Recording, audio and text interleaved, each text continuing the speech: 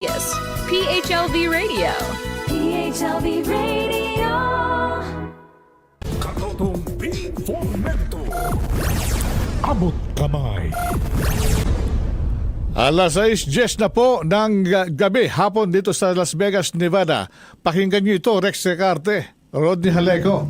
Ito na ipangako ko sa ating mga kababayan na noong nakaraang linggo ay aking unti-unting isi-share at ipapakita sa inyo ang hinggil sa natuklasan namin ni Mrs. na matatawag nating Miracle Mineral Water. Isa naman sa mga sumubok nito matapos na makinig ng demo sa bahay ni Esther Ocampo, itong isang Amerikano, si John, isang Amerikano na 10 taon nang iniinda ang sakit sa kaliwang tuhod nito dahil sa disgrasya sa sasakyan.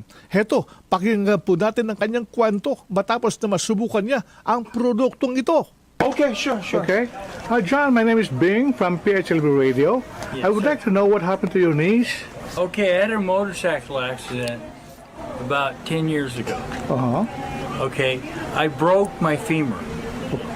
Okay, so it's really, and it just hurts all the time. At night, sometimes I sleep, it wakes me up. Now, somebody introduced to you the Yeah. SB10, and what happened?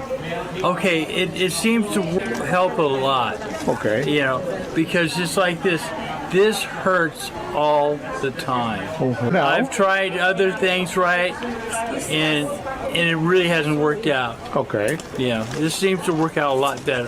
a lot better Yeah. by this product right now. Yeah. Okay, thank you very much, John. Yes, sir. O yan, narinig po ninyo ang mga tinura ni John Trout. Isang beses pa lamang niya nagamit yon. Meron ng epekto. Naibsan daw ang pananakit na 10 taon na niyang iniin. Informento. Abot kamay.